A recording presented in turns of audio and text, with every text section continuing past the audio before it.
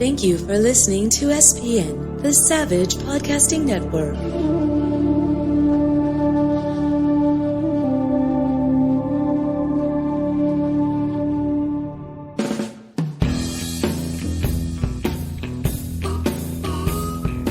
You're listening to The Stephen Savage Show on the Savage Podcasting Network. And now here's your host, film and television director, Stephen Savage.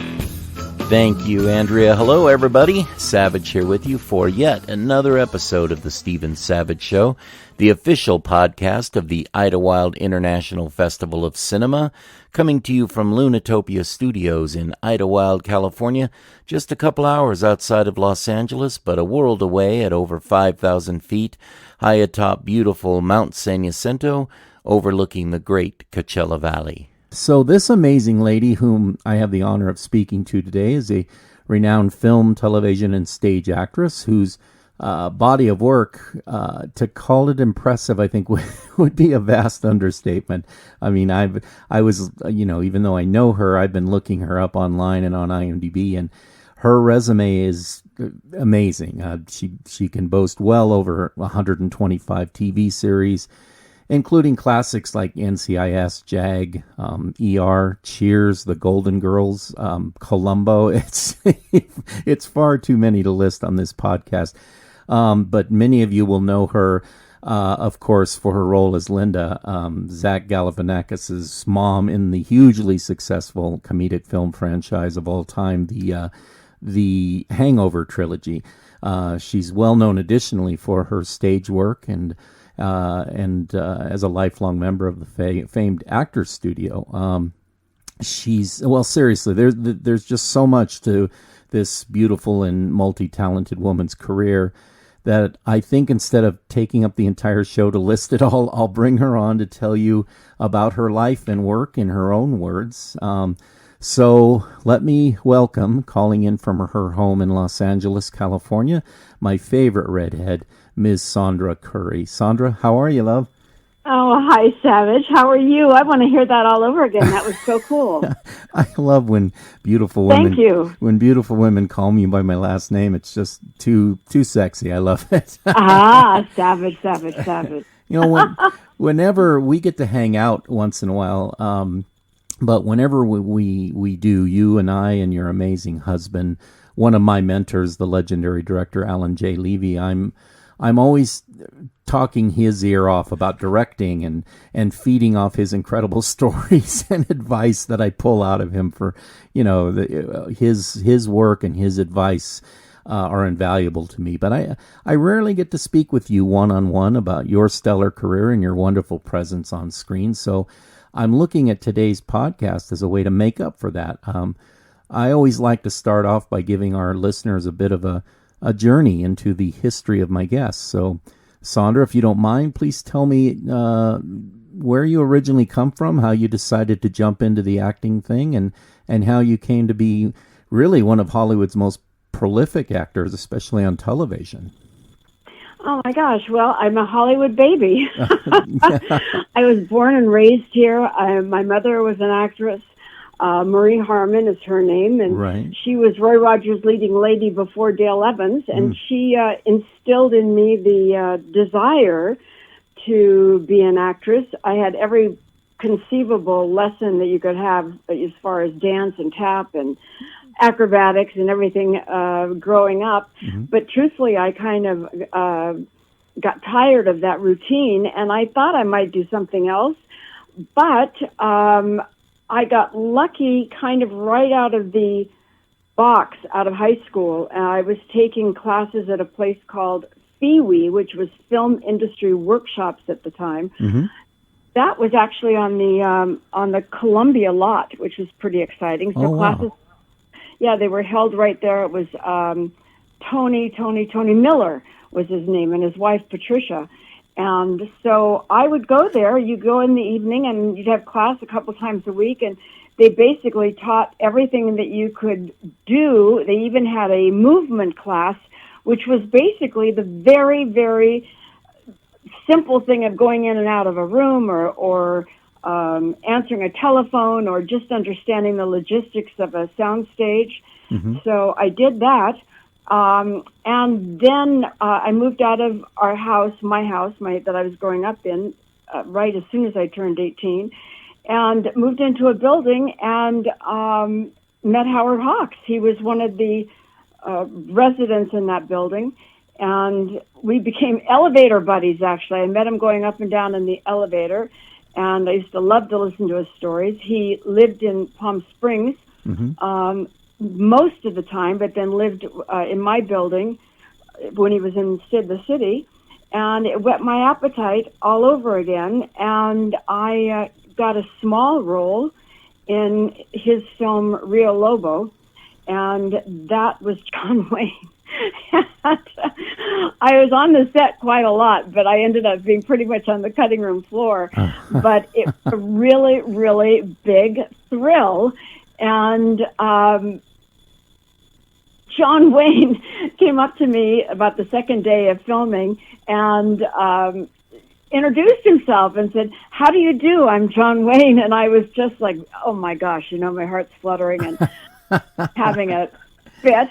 And I just started laughing. I think I got beet red, and I said, "Oh, well, yes, I know. Hi, I'm Sandy Currie." So, because I was still, so I grew up Sandy, and that kind of started it. And then I really studied, and I got lucky. I had a few films right in a row and some television roles, and I was really young though, and young. I didn't know that I couldn't do things.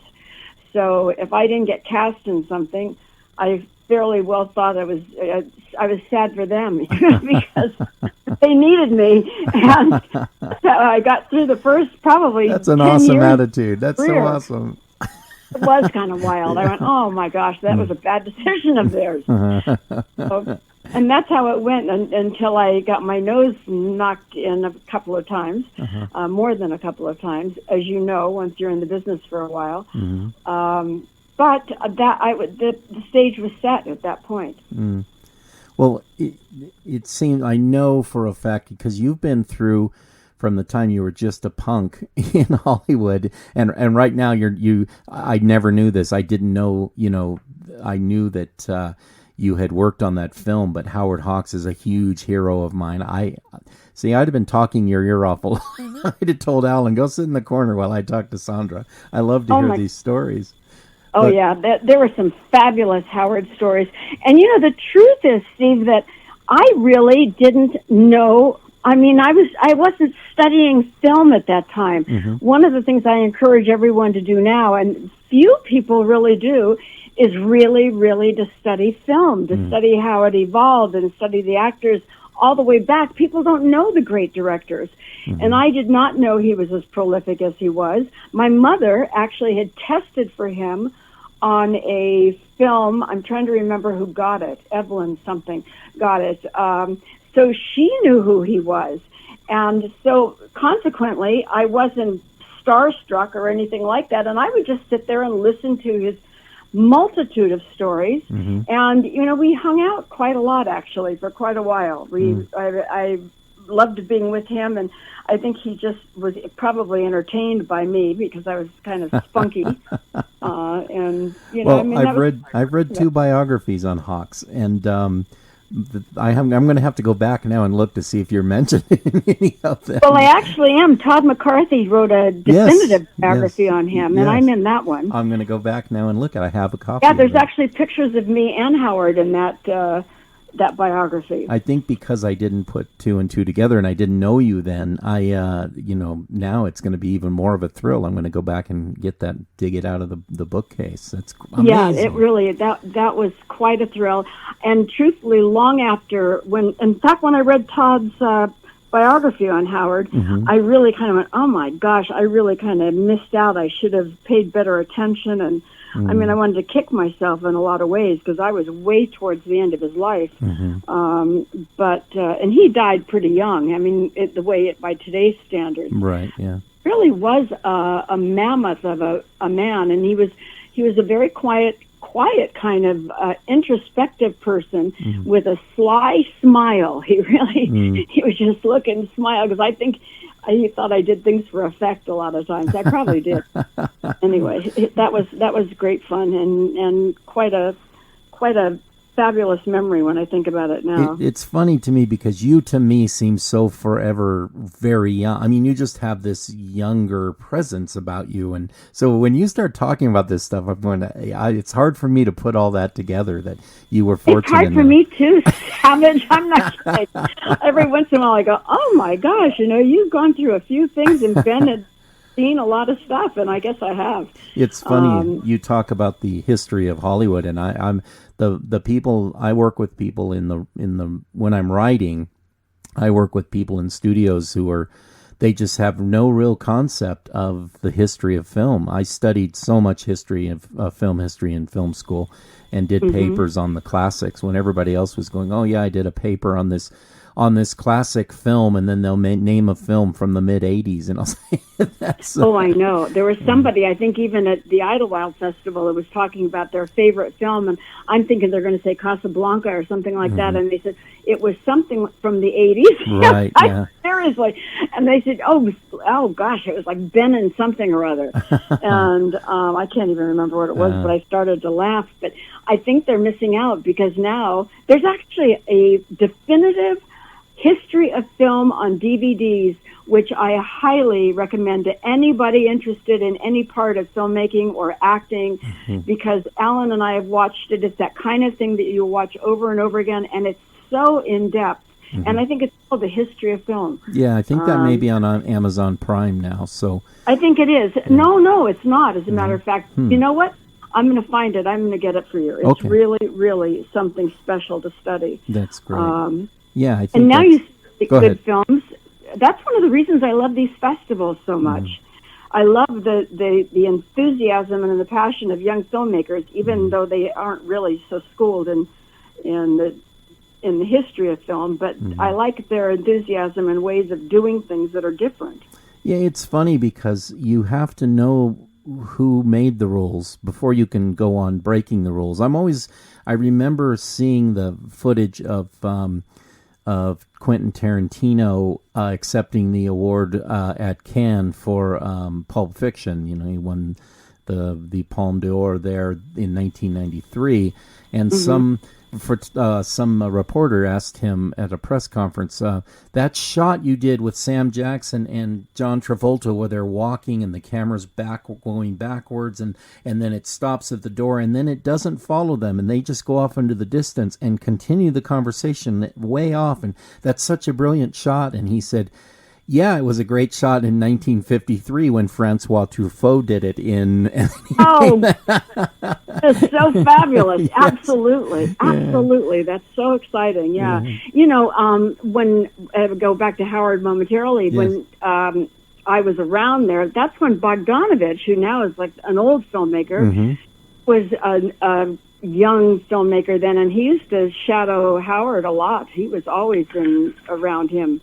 Studying and learning. So, I knew that story from reading a couple of Hawks biographies, but I actually got the chance to meet Bogdanovich in Beverly Hills. I was actually having lunch with Gina Gershon. We were talking about a movie that she might appear in of mine, which never actually took off. But while we were there, Bogdanovich was there at the, I think it was the Kings Road Cafe in Beverly Hills.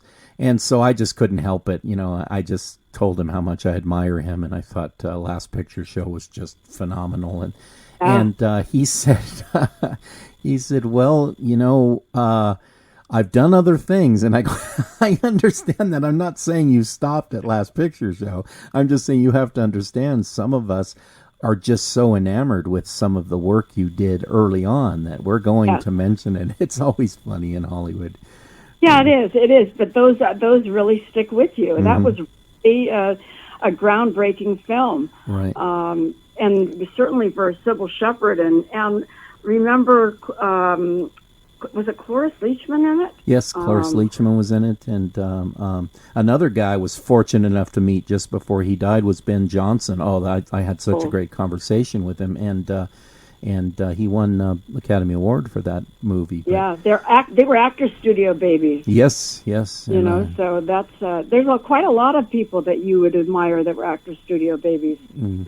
That are even still around. You know, I mean, Ellen Burstyn is still really active. Right. And the thing that I admire is that they're there doing the work. You know, I mean, you don't stop doing the work ever. You don't stop studying ever. They're in there in the trenches. Estelle Parsons is another one. You know, there were a lot of actors that you really admired their work that studied there. And even today, there are a lot of people that are there when they're not shooting a film, they're there stretching the limits some other way. Yeah, well, you see a lot of actors. People will say, "Oh, where have they been?" And they've been on Broadway for a long time, you know. So it's that's kind of interesting. But I did get a chance to speak with Bogdanovich about Howard Hawks. I just mentioned that I had read the Hawks biography and that he was mentioned in it. So I want to talk about something you brought up, which is the my film festival that I founded 11 years ago now, the Idlewild International Film Festival. And you and Alan did a great little film. When I say little, I mean a shorter film, but it had the feel of a big-time movie, of a much bigger film. But please tell us about that film, because that's one of your most recent things, and you've had a chance to work with some amazing actors in that. So give us a little background on that.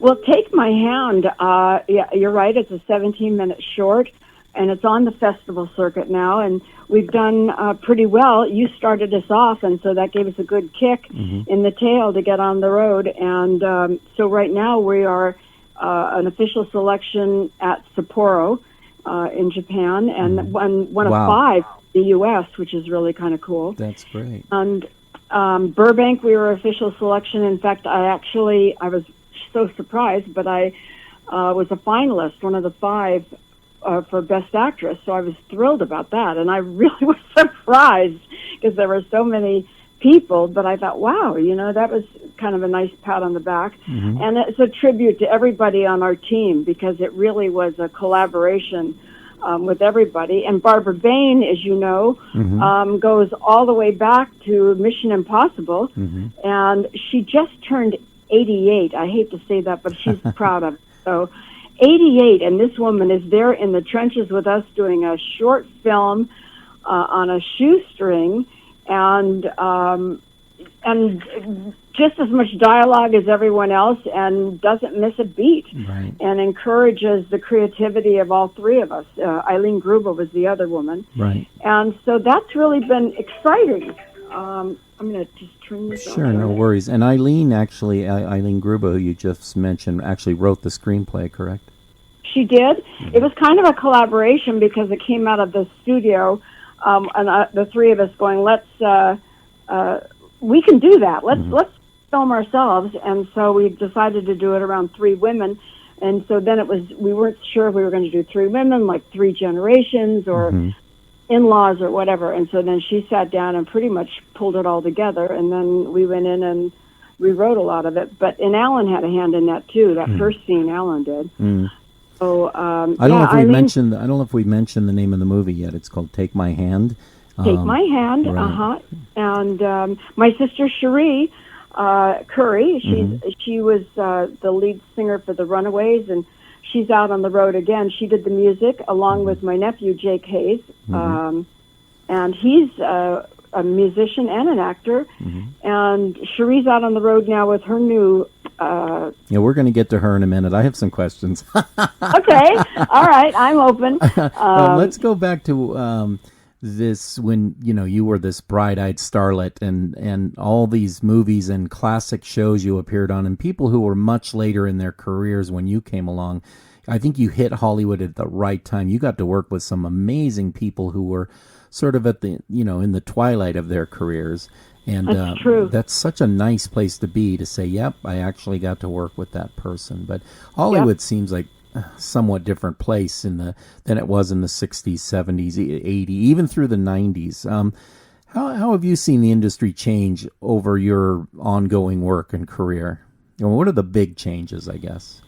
Well, I think the big changes are that it's gotten so impersonal. I feel so lucky and blessed to have been around when people were actually still meeting people and talking to people, just interacting on the computer.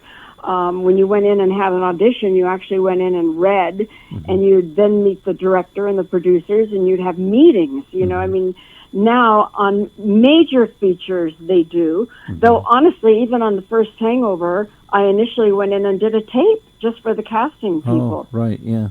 So that's one of the very big differences. It's just not the same as far as the collaboration. I'm sure at the top of the game it is.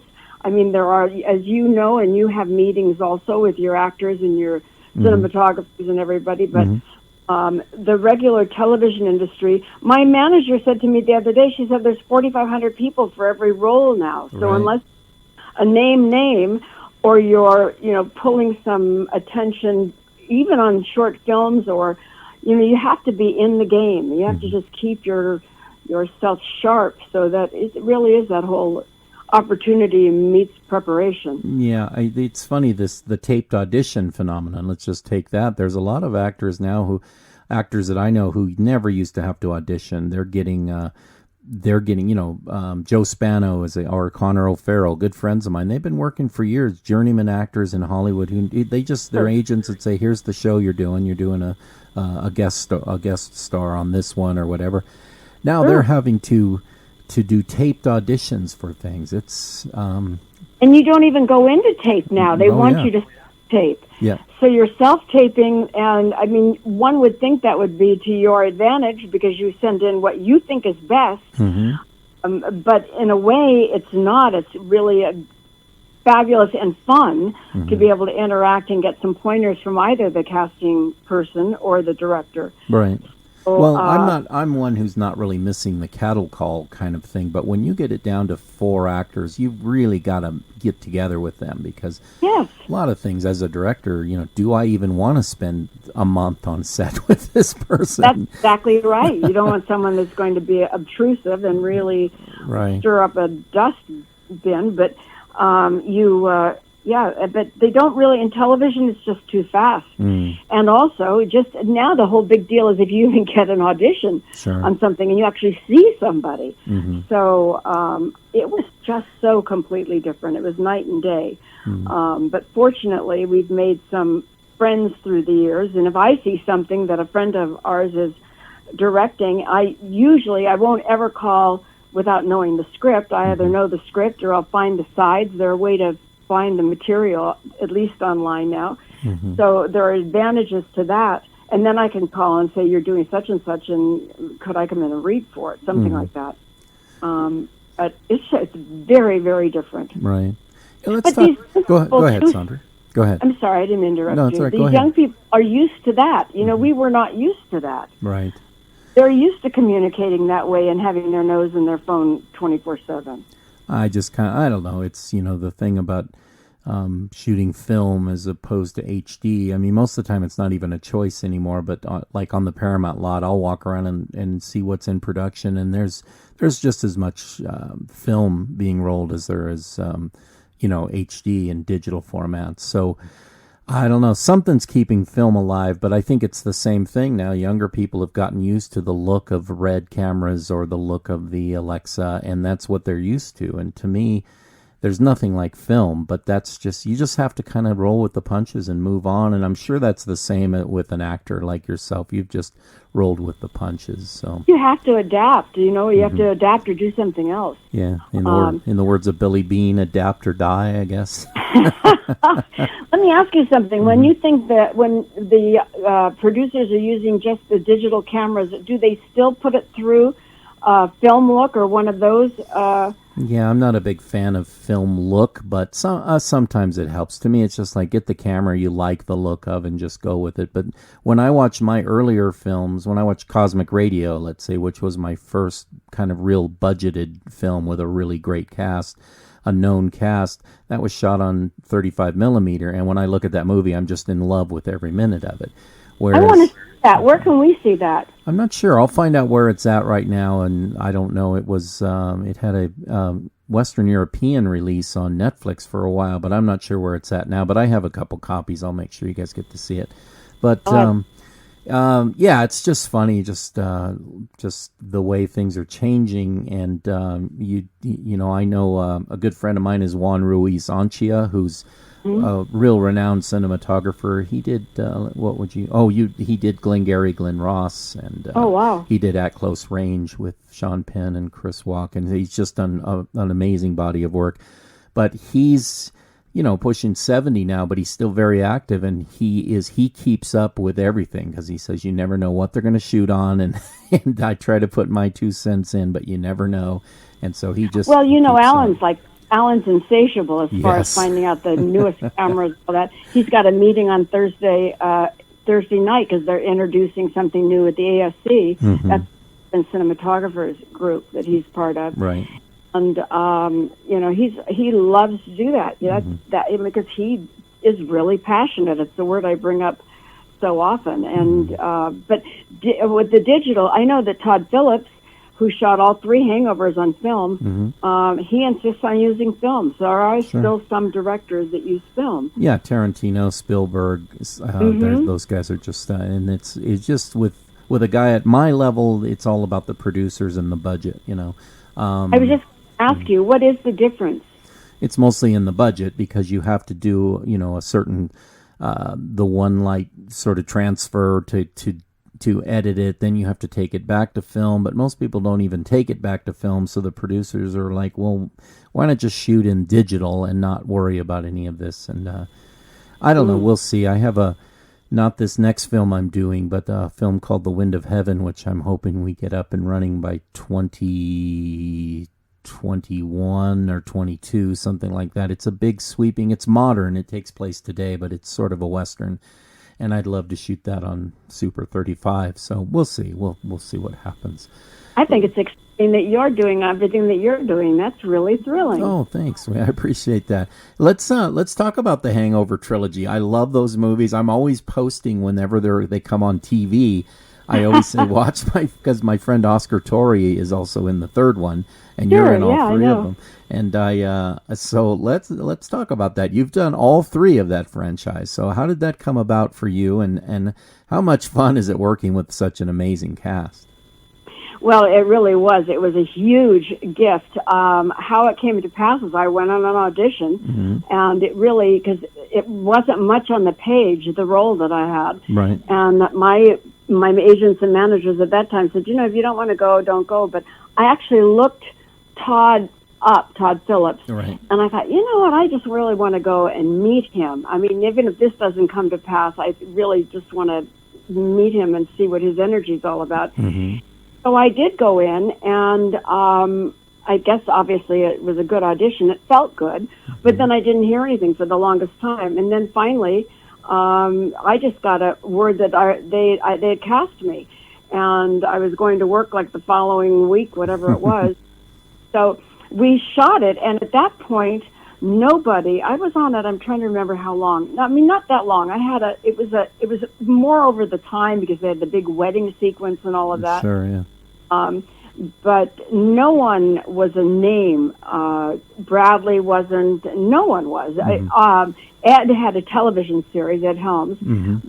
Nobody else had a name. And really, the studio didn't want any of us because they wanted names. Right. And Todd was smart enough and shrewd enough to say, look, I will bring this in. I think it was like $35 million, which was very, very low considering.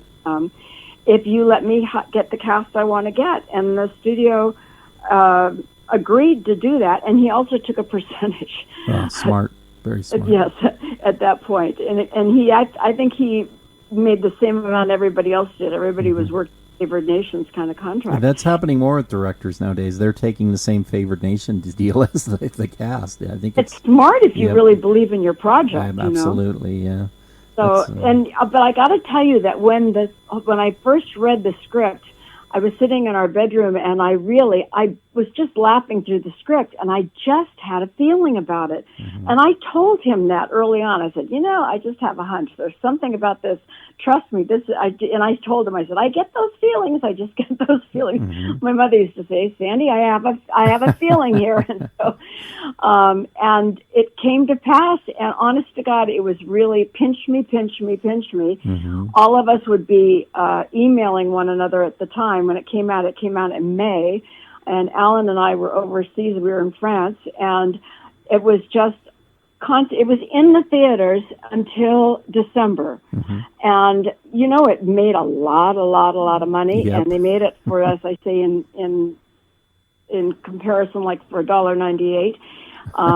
And it went through the roof. Mm-hmm. So, and it was so exciting just to see it when we finally saw it. It was hysterical. Mm-hmm. I laughed when we were coming back from our trip this last time. I watched it on the plane, and I laughed out loud even seeing it again. And I, not only being in that and the others, I know it pretty well. Mm-hmm. So they made the second one, and then they made the third one. And truthfully, I think the third one, I don't know, I shouldn't probably say this on radio. I mean, I loved being part of it. It was a huge blessing, and really quite good for me being part of it, not only monetarily, but just career-wise. But the third one, they changed up at the last minute. I mean, we started in September. We were supposed to finish around Thanksgiving. And like everything was cast and wardrobed and everything ready to go. And at the last minute, Todd decided to change up the ending. And they completely changed the ending. And I think it changed the film. It's just my feeling. Well, of course, none of us got to wrap up our storylines, which was kind of a drag. But I don't know. That's got to be the big drag as an actor, is you're really hoping that they bring your character full circle, and then in like the second or even third or fourth sequel, that becomes, the whole energy kind of changes. It's hard to keep that going, that energy of the first one, or the first two even. Yeah, you're right. You're right. Anyway, it was still, he's got the Joker coming out this week, yes, so I think he's another hit on his hands, depending on how the overall public Yeah, it's looking. The critics are liking it. It looks like the audiences are going to like it. So, yeah, he's a player now. So that's it's definitely fun. Is. And he kind of went undercover for a little while, trying to sort things out. But yeah, I think that's what he did. Is take some time off to sort things out, and he's coming back strong. But it's funny that you talk about landing that role and doing all three of them, and what do you? I mean, it's amazing. It's phenomenal to me that you were doing projects back when you were basically a girl, and you're still working on major hits. And what do you think is the secret of having such a lasting career as you've had? I mean, is there something that makes people like you, or say, let's look at Meryl Streep or Helen Mirren, where other actors, especially women, feel that there's a definite shelf life? And they're told this because there is that bias against women after a certain age, and that simply makes some actresses step back, step away. But some, like yourself, just keep creating amazing work. You never look back. Is there a formula, or is it an attitude that you have, that you personally have, that gets you over the hurdles that the industry puts out there? Well, I think it's more of an attitude, because you just enthusiasm. You have to love what you do, and it's enthusiasm and the passion for the work. Sure. And truthfully, when I got into the actor's studio, I worked my tail off, Savage, getting into that studio. I mean, I had to do a final audition 4 times, and not only was that a big ego-deflating thing. I'm going, excuse me, you want me to come in and audition for you? Well, because they have very strict rules. And so 4 times I was so determined that I wanted to be there, because I thought if I can just be there, I can always have a home for the rest of my life, actually, because once you're there. It's a lifetime membership. I have a home to work out and explore for the rest of my life, either here in New York. So that really has been a saving grace, being able to go in and try new characters and try I'm not playing the bimbette for God's sake anymore. In fact, I'm asking people, write a young grandmother or something like that. Yeah. So I'm exploring all those other areas, but it's enthusiasm and passion for what we do. Yeah. And the joy of watching other people blossom. I mean, I love it when I see great work. Mm-hmm. So it's all part of it, and wanting to share that. I really want to share that with other young actresses or any actress. You really want to the energy is contagious. Mm-hmm.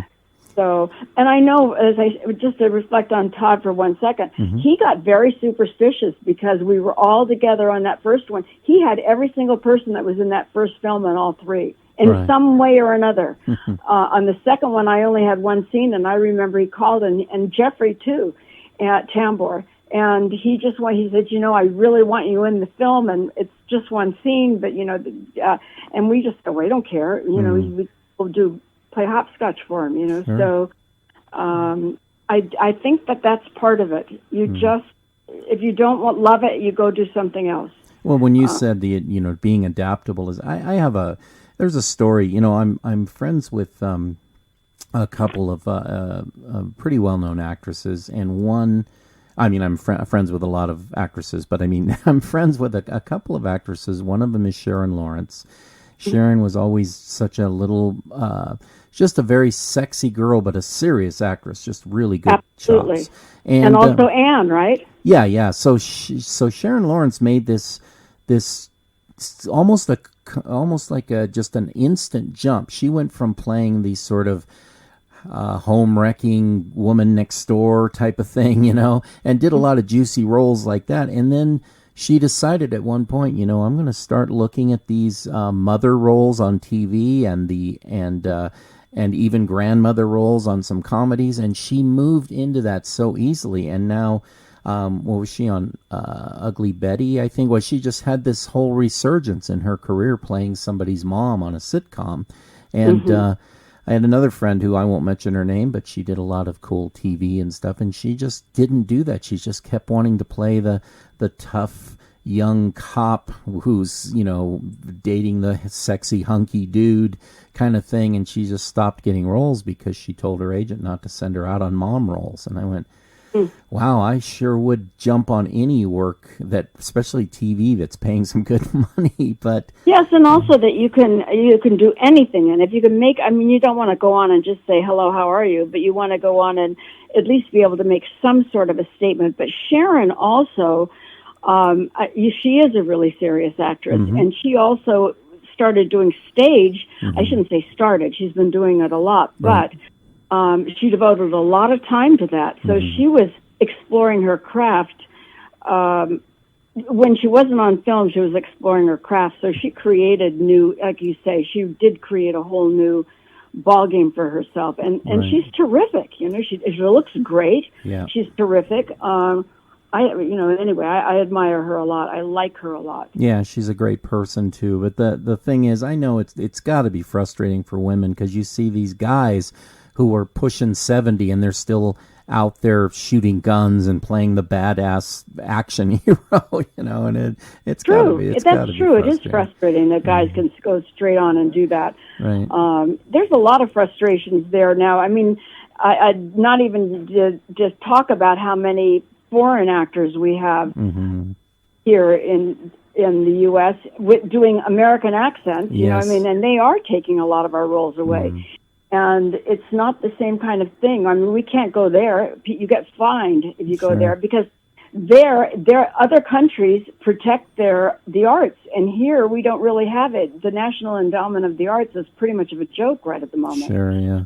Yeah, it's too bad. That's true. You're seeing more and more British actors, especially from the UK, that can do an American accent, and you look up these actors and you think, wow, I could have swore that was American.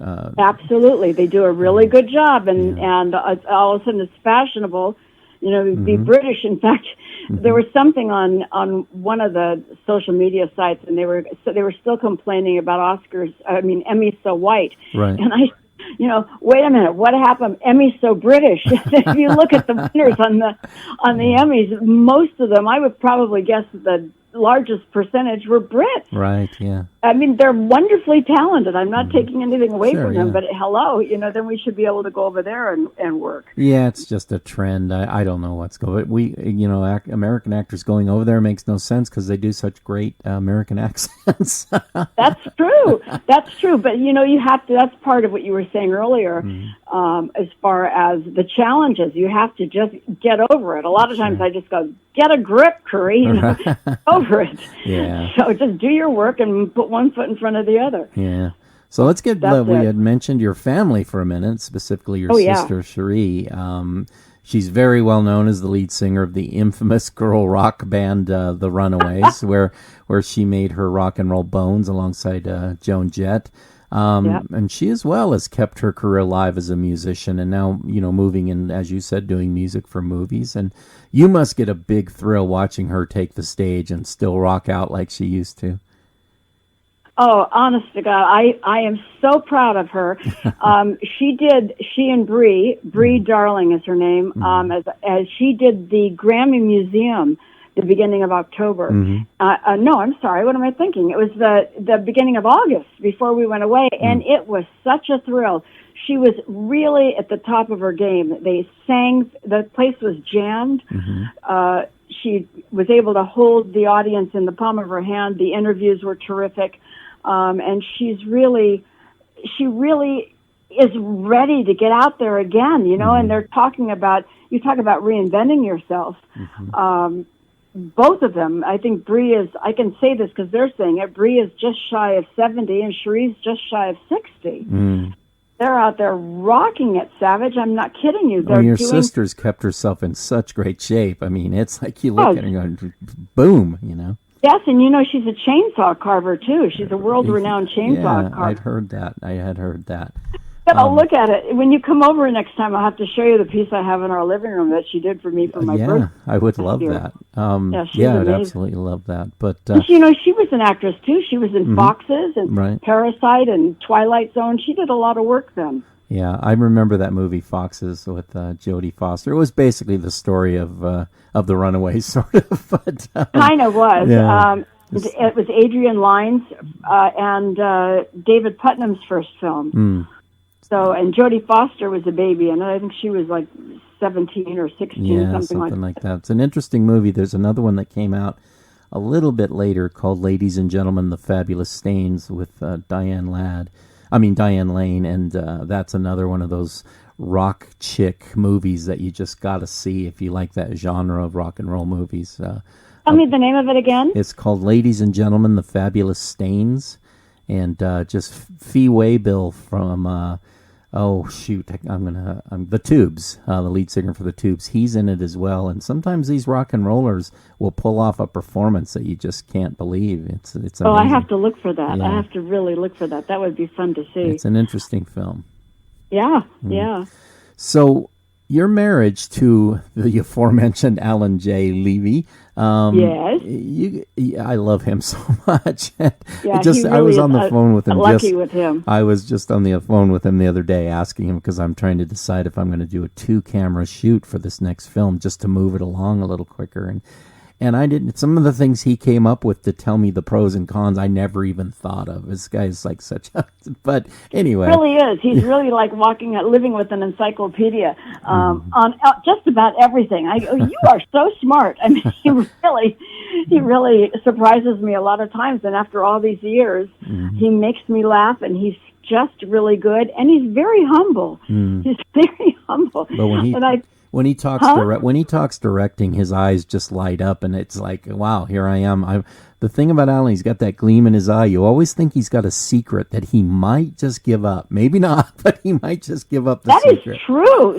Honest to God, you nailed it. He really does. He dreams shots. Right. I tease him, but he'll wake up and he goes, "Oh my gosh, last night," and he was this elaborate scenario that he's come up with or it's like when he was shooting it, he was under contract to Universal for all those years, and he will dream that he's not going to make the day because he was complicated in some of his scene work. He dreams of, oh my gosh, they're coming in. We all went out. You guys took me out to lunch for my last birthday, and you ordered me this huge dessert. And as it sat on the table, Alan moved it. He turned it around. He said, "No, that's the better angle." That's how he sees the world. That's right. I had to see it from another angle to appreciate it. It was funny. Yeah. So you guys just got off another overseas journey together. You always seem to be on the go, and you just seem to enjoy one another so much. How did you guys first meet, and what's the secret to keeping a relationship alive in Hollywood these days? Oh, golly. Well, I mean, you have to be patient, needless to say, and enjoy the same things and talk. We talk nonstop, even after all these years, every single day, nonstop. We respect one another completely, and he enjoys my point of view. He'll ask me frequently what I think of something, and of course, I would be a fool if I didn't listen to what he has to say. So he really does have a keen eye. And I met him on an audition, really a long time ago in the 70s, during one of the strikes. And at that point, I was doing a lot of those, I was calling slice and dice films, but it's when the kind of Roger Corman, love Roger, right, yeah. You know, way back when. And he was going to shoot a film in the Philippines. And so I went in on that, and and I was married to my ex-husband at the time, but.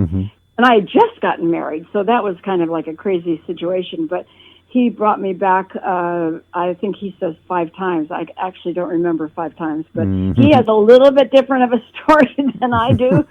But of course. That was how we met. But then the strike was settled. He said he narrowed it down to 3 of us, and wildly enough, one of the 3 is really one of my very best friends now. Oh, wow. And Lonnie, you know that. Yeah, Lonnie Anderson, yeah. She's an interesting lady. She's really nice. Yes. I like her. Yeah, she's a great lady.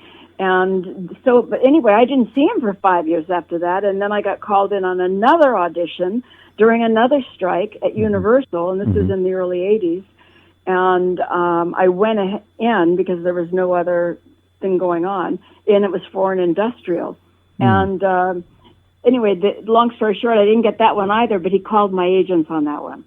So he wanted to explain to me why I hadn't gotten the film and the industrial. So that's how it kind of started. I'm very flippantly, don't be silly, don't worry about it. I think he said the actor he hired, I'm tiny and the guy was really tall. We had lunch after that, and that was kind of the beginning of it. So we've always been interested in the same things. We love traveling. We like dropping off the planet together. We go off on the canals in France for 4 weeks and with no interference. And people think, oh, my God, I'd kill my husband if I was around him for 4 weeks. But we don't. We just are really, really fortunate to have that kind of a relationship. And it's not that we don't disagree on certain things. We debate a lot on different points of view. But he's just someone to learn from, and I learned so much. And he's a really good teacher, as you might know, because he has a unique way of presenting things so you understand, and he's extremely patient. Yeah, and he doesn't wear his experience, his vast experience on so many. I mean, the guy, he launched the careers of some of Hollywood's biggest people, just through his directing. Sandy Bullock, and even she accredited him in one of the A&E stories on her life. I mean, he really did. Several people. I mean, Jennifer George Clooney. Clooney, it just goes on. And Alan's the people he worked with early in their career. But Tom Selleck. I mean, Hawaii Five-0 was one of those, Alan was so responsible for a lot of that show. Magnum. Yeah, Magnum P.I., I'm sorry, not Hawaii Five-0, Magnum P.I. And he was so instrumental in making that the huge hit that it was, and he's so humble about all of that stuff. I want to shake him and say, brag about it a little bit so I can hear some stories. But just recently there were a couple of things that I had no idea that he was so prolific. And I'll tell you, it was one... He was directing an up-close and personal of Muhammad Ali and George Foreman. It was right before the Zaire fight. And I was doing a show a couple weeks ago, an own show, that Layla Ali was hosting. And so he wanted me to give her a copy of it as a gift. And so he showed it to me the night before I was shooting. And you've got to see it. I was so floored that he'd done this whole hour, and this was like in the early 70s, I think, when that Zaire fight was happening. Yeah, it was mid-70s, I think. Yeah, I'd love to see that. Love to see that footage. It's a thrill. I was really, so there's a lot to him that I don't even know, and I think after all these years, I'm still finding things out. So speaking of finding things out, what about finding about yourself, looking inward? Where do you see yourself in, let's say, just 5 years? Are you ever thinking of slowing down, or is acting something you see yourself doing until you actually just drop? What do you think? No, I think probably that's going to happen. Because yesterday we went to the closing of another festival, right. And I was so enthralled by some of the work that I saw that I was just completely juiced up again to go, oh my gosh, let's go make another film. Let's go do something, you know? I mean, so I don't see myself slowing down. I mean, I want to pay attention to what Alan wants to do too, because this is a really special time in his life to enjoy the accomplishments that he's had. But I would love to make another film. I want to, and I love acting. I would love to act in another film. So I say, write a grandmother or write a mother or I want to be a bad lady. A bad lady, not a bag lady. Well, with you, the way, your range is big enough, you could probably do both. Bad bag lady. I got to tell you, one of the most fun shoots I ever did, well, I shouldn't say that. It wasn't really fun. It was a tough shoot. But it was a movie I shot a zillion years ago called Jesse's Girls, and we shot it in the Salt Flats of Utah. But the one fun thing about it was not wearing any makeup. So that's very liberating when you don't have to worry about what you look like. Right. So that's kind of neat. But no, I don't see myself slowing down. I see us finding new things to energize us and get enthusiastic about. Right. Well, that's why you've had the career you've had. I think your attitude is just amazing. Every time I get together with you guys, I walk away like, especially with Alan, is like 3 years of film school. But with you, you're just such a charming lady, and it's just fun to hang out with you. Well, we love hanging out with you too. Right. We're big fans of yours, no question. I love what you're doing. I love you keeping yourself in it. Right. Like in it to win it. We're not just lying down and letting the grass grow. I appreciate that. So that's true. I'm really excited for you. Thanks. Also, Stephen. Great. So.